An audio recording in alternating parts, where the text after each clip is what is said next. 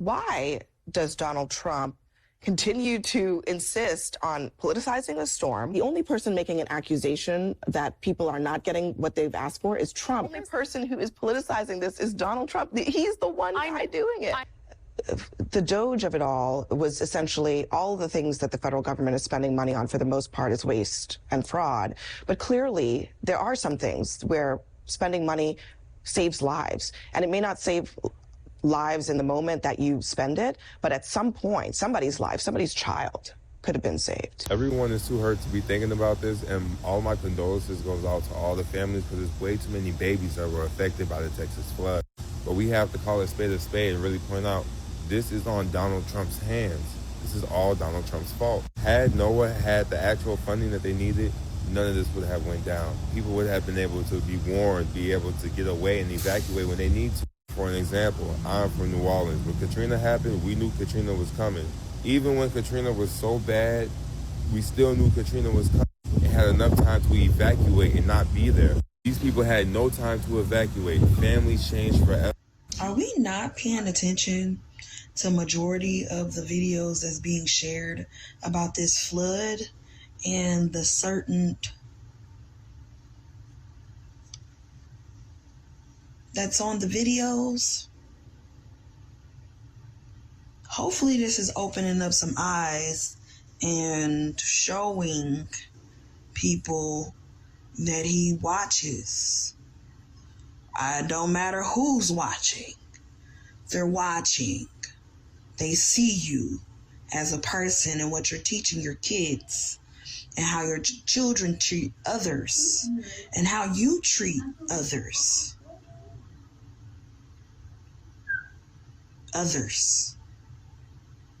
And maybe y'all weren't the best of, helping thy neighbor unless they were still or the same as you. Because I find it ironic that it was the deep southern of Texas that it happened to. We knew back in the days where they used to do everything deep down in the southern. And what a horror story in Texas. The flash floods in Texas, the Guadalupe River. 51 missing, 51 dead, more missing. Children at a camp. And when the president guts all of the early warning systems and the weathering forecast abilities of the government, these are the results that we're going to start to see on a daily basis because he's put this country in so much danger by his horrible, horrible decisions and this ridiculously immoral bill that he just signed into law. As Republicans cheered, people will die as a result, and they've started already. Shame on him. Shame on every GOP sycophant who's listening and following the disastrous decisions of this mentally incapacitated POTUS. Big breaking news right now. Former head of the NOAA, Richard Spinrad, has come out publicly and stated that he's convinced that the Trump and Musk DOGE staff cuts to FEMA are directly tied to the catastrophic events from the Texas flood. Spinrad says that after a forecast is issued, there's usually a warning coordination meteorologist who makes sure to coordinate with people on the ground to ensure that they're safe. But that was one of the positions that was vacant thanks to Musk and Trump. I am convinced that the staff cuts that we saw were a contributing factor to the inability of the emergency managers to respond. The staffing was just fine, and the White House has concurred with this to get the forecast out, to get the watches and warnings issued. But when you send a message, there's no guarantee it's being received, so someone needs to follow up, and that's the warning coordination meteorologist, a position that was vacant. Maria, we're also learning that there were significant staffing shortfalls of the National Weather Service's offices in the region. George, as of right now, the local county officials really didn't want to address that just yet. Okay. He wants you to know that there were shortages at the National Weather Service. What is the relevant question? Were there shortages in the office that was responsible for this region? Did anybody involved at that office say, the problem was we were understaffed. We needed more bodies. To the contrary, they had extra staff on board in that office going into this event. They understood that they were in a very precarious situation. They brought on more than double the normal expected staff that night. And not one of them is saying that this was the result of DOJ cuts. I missed that in George's toss to his reporter on the scene. Great job. Great job informing your ABC News audience. And I want to remind everyone, this is an area of our country, in Hill Country up to Texas, that is known as Flash Flood Alley. They also, going into this, had severe to exceptional drought.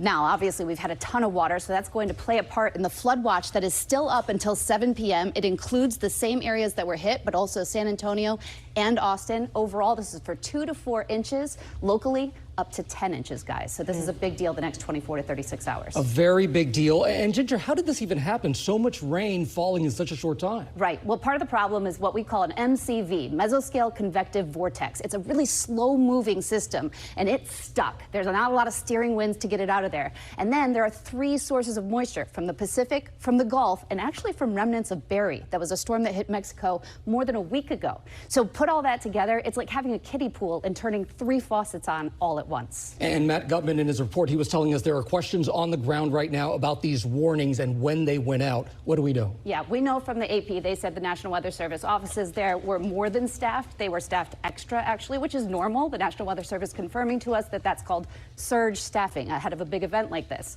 The warnings went out, starting with the flood watch at 1:18 p.m. the day before. So that's the day before into the evening of. The WPC puts out this saying 3-inch per hour rainfall rates. They're saying this is going to be bad. Again, 6 p.m. the night before. By midnight, that heavy rain begins. And then at 1:14 a.m., the first flash flood warning goes out. That's the type that goes out on the NOAA weather radio. That's the type that would fly onto your phone. And it had a considerable tag, meaning this is bigger than your run-of-the-mill flood warning. Then the river starts rising, and by 3:35 a.m., that wording is upped. It says, move to higher ground now, act quickly to protect your life. I have to say, just a button here, that having a NOAA weather radio would be very important for everybody, because I think a lot of people are scared, thinking, what's going to happen if I go out camping? Giving yourself just a couple extra minutes. Nothing was perfect here, but guys, there's certainly something that can help, and having that available to you is big. But at the federal level, you have the Trump administration saying for most of the time that they've been in power that they want to eliminate FEMA as an agency. President Trump has said it. Ted Cruz, the senator, has said it. Let's just play some of what Trump has said over the last few months.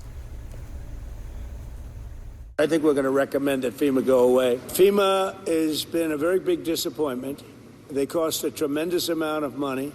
It's very bureaucratic, and it's very slow. We want to wean off of FEMA, and we want to bring it down to the state level. A little bit like education, we're moving it back to the states so the governors can handle it. That's why they're governors now. If they can't handle it, they shouldn't be governor. But the FEMA thing has not been a very successful experiment. Very, very expensive, and it doesn't get the job done. Are you still planning to phase out FEMA? Well, FEMA is something we can talk about later, but right now they're busy working, so we'll leave it at that. Isn't this just more proof that FEMA is needed? They are working, as he just said.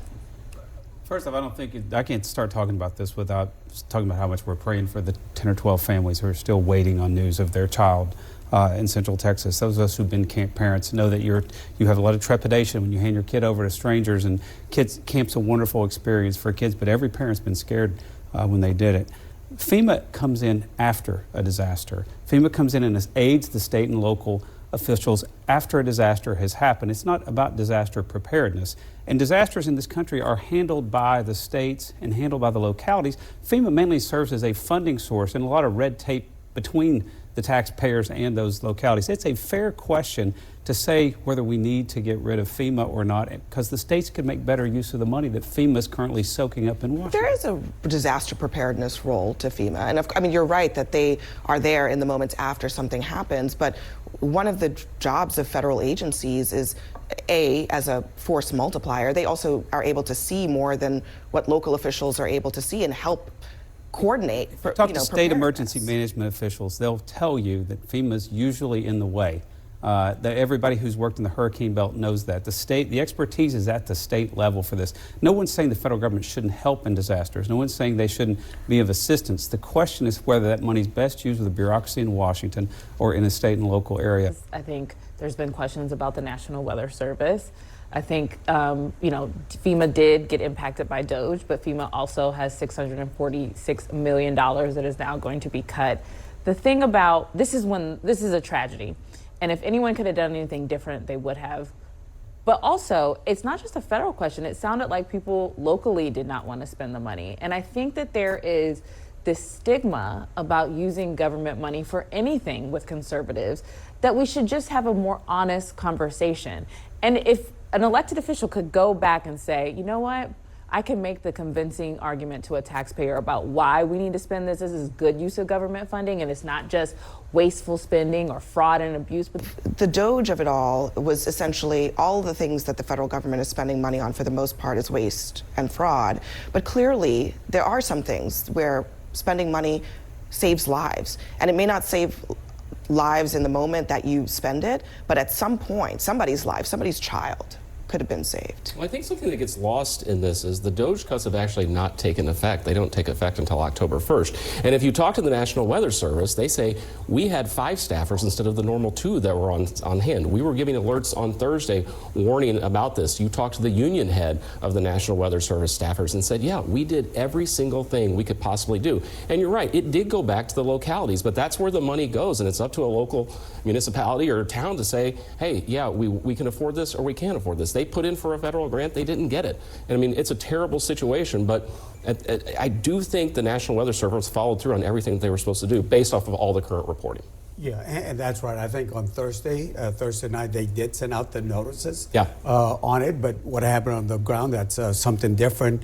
But you're right about that, about the notices going out on Thursday on that. Look, I sit on appropriations, and one of the committees I sit on is Homeland Security, which has FEMA, so I've been dealing with FEMA.